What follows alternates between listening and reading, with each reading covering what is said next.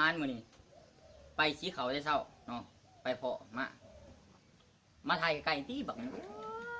นี่ของแถยังเป็นอยู่ได้เอาบทสักษาเนาะ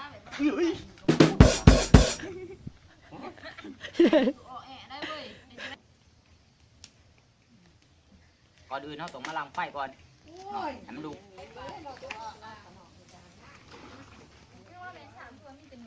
ฝากบอกน้องไงเด้อรักเกิดบังคับหน่อยไปหันแม่มันหาอยู่เกิดสวนเข้าหันน้องถ้ามึงดูวงคลิปนี้มึงเอาเกิดมาส่งบังคับหน่อยแน่เกิดสวนเข้ามึงรักก็ไปหันเขาต้องมาเผาไฟนะอาหารพื้นบ้านหากินยากโดยเฉพาะแม่นมอนี่หลังจากเข้าร่นแดกเนาะเข้ากับมาทำการล่าเพื่อเห็นมันสะอาดเอากระมังไก่ดิมือนึงล่างมันสะอาดเนาะกับมะเกาะหาต้มมัดต่อมันต่อวันที่มีสมอหวาดทานหมอไอตีมือเขาสิมาเห็ดเมนูพัดโอ้พัดมีหนามวะพัดมีหนามสวกว่าสวกนี่พัดต้องสวกเนี่ยน้ำกันแต่สีในเมืองเขาบ้านนอกได้พัดสวกเขาต้องเอาตัวกิ้งใส่ลายเนาะมันยังแสบมียังใส่เบิด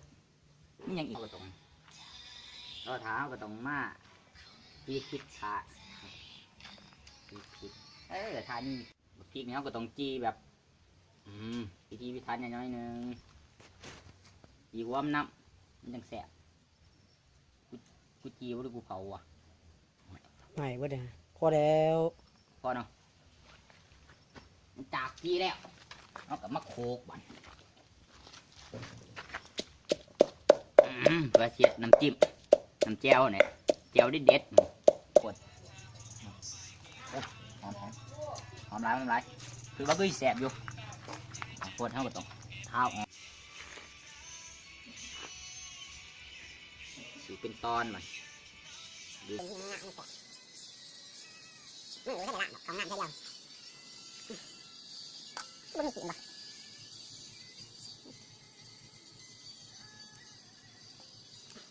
โอ้ยสายลงเขามันเองสายลงเขา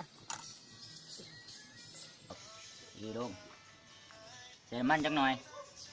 เว้ยแต่มันจังหน่อยเพื่อทับกันพอต่อกันเอาลงเลยลงเลยเอาจับกูเป็นเข้าไปตัวเด็ดแดงเด็กกว่าจะไม่กันไม่ได้เอากินเลยกด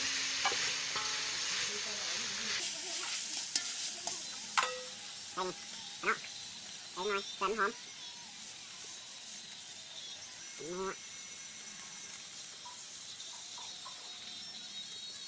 ขาดอะไรสามเกาะ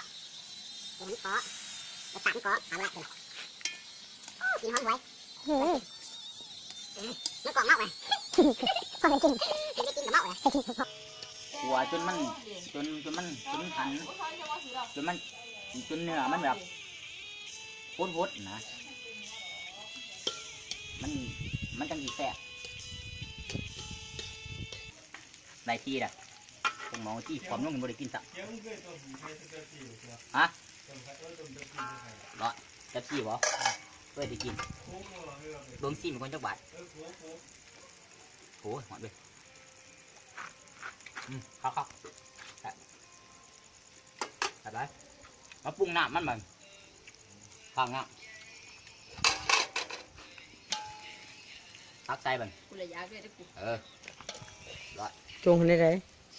จงใส่จงซีมจงตัวนี้หมอจงซีมด้วยกินในตู้ในตอนนี้เลยมือกล้องก็ยากมานี่แซ่บดีเลยโอ้ยคักอัดฟ้าไว้ปิดฟ้าพอรอถามหมอโคตรเท่ากับตองตาเกียมแตงแก้วบันแตงแก้วรอ ขั้นตอนสุดท้ายมาแต่งแก้วกันแก้วตับแก้วตับโอ้โหกูใส่แล้วว่าเป็นหนวดวะแก้ววะ เฮ็ดเองมัน เรียบร้อยสำหรับเมนูต้มสั่วงูสิงเนาะ มาเด้อพี่น้อง มาเด้อพี่น้องแซ่บคือเก่า เดี๋ยวบอกพี่น้อง พร้อมเสิร์ฟแก้วชิมแก้ววะ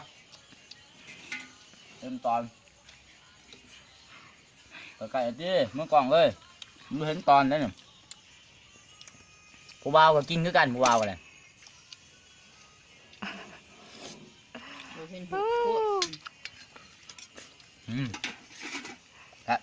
พอเนาะ งั้น วะ แต่คนจื้อโอ้ย จะอิ่มแล้วไปเนี่ย มันฝ่ามันนั่งรวมลงไปมันแสบจังวะ พอนั้นถาทายอีกตัวหนึ่งตอนมันเบิดผุนคุยไปตัดโตเอายังสิเอาไล่ซะ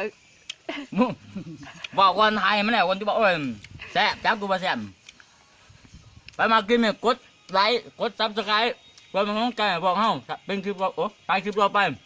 เอาพี่รู้เรื่องเลยเพราะว่ามือกล่องอดบ่ได้แล้วมันอยากแห้งเอาพอทำเป็นก่อนจ้ะ